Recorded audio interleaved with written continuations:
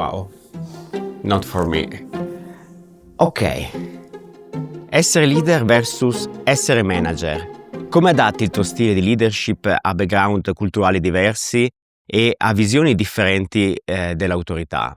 Sono tutte domande impegnative, non a caso ci fosse la corona, il simbolo regale agganciato a questa domanda, perché poi spesso è stato un tema che anche, come dire, culturalmente, quando si conquistava un regno, poi ci si poneva il problema di come gestirlo, che è la parte più difficile. Diciamo, arrivare è facile, poi restare è complicato. Ma uscendo dalla metafora, come dire, storica, il tema è che si deve abbracciare una delle caratteristiche principali della leadership, che è in parte anche in questo caso della managerialità, che sono poi secondo me situazioni veramente diverse. Quando si parla di leadership si parla di fatto di attitudini innate che hanno a che fare con il saper essere, che possono essere sicuramente allenate, ma che sono valori personali. La managerialità si può imparare ed è più un sistema, insomma, di gestione di risorse e di persone. Il tema è che quando si arriva in un nuovo contesto e specialmente in un nuovo paese, quindi con persone che hanno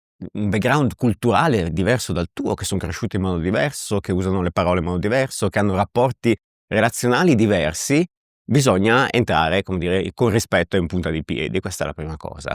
Molto spesso la leadership viene fraintesa come una sorta di onniscienza in cui tu arrivi e ti racconti, come dire, visto che sono io, ho conosciuto tutto il mondo, so quello che si deve fare e quindi ti insegno a lavorare, ti insegno a vivere. È chiaro che questo approccio non può funzionare, magari funzionava qualche anno fa con un contesto culturale diverso in cui anche le persone avevano una concezione più gerarchica del lavoro.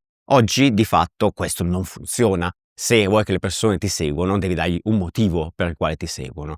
E quindi questo è complicato nel tuo paese, diventa ancora più complicato quando il contesto, come dire, abbraccia culture e persone diverse. E se la cultura italiana, latina, diciamo, è abituata a questo tipo magari di situazioni, storicamente c'è una facilità politica nel gestire le relazioni di potere, in altri casi c'è un approccio più quasi mercantile, non tanto orientato alla posizione, ma orientato al vantaggio competitivo, se possiamo più chiamarlo. Quindi ogni conversazione diventa quasi una negoziazione. Quindi la ricetta con la formula magica non c'è, e se c'è meglio non fidarsi, perché sicuramente non funziona.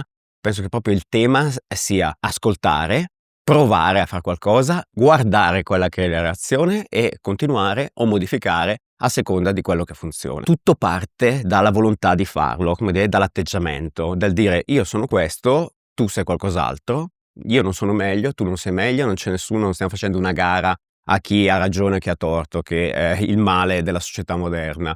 È una situazione nella quale noi dobbiamo solo dirci: ok, io sono questo e te lo racconto, tu sei questo, me lo racconti? Posso ascoltarti? Vuoi ascoltare? E capire come possiamo funzionare meglio insieme, capendo quello che è importante per te e quello che è importante per me.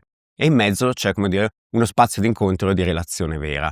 Che appunto ci fosse, come dire, la bandiera con scritto in questo paese fai questo, in questo paese fai quello, sarebbe facile. Come dicevo prima, ci sono alcune peculiarità che ti aiutano, di cui anche ti puoi preparare, ti puoi studiare, il resto lo fa la volontà e l'attitudine verso l'ascolto e l'attenzione verso l'altro.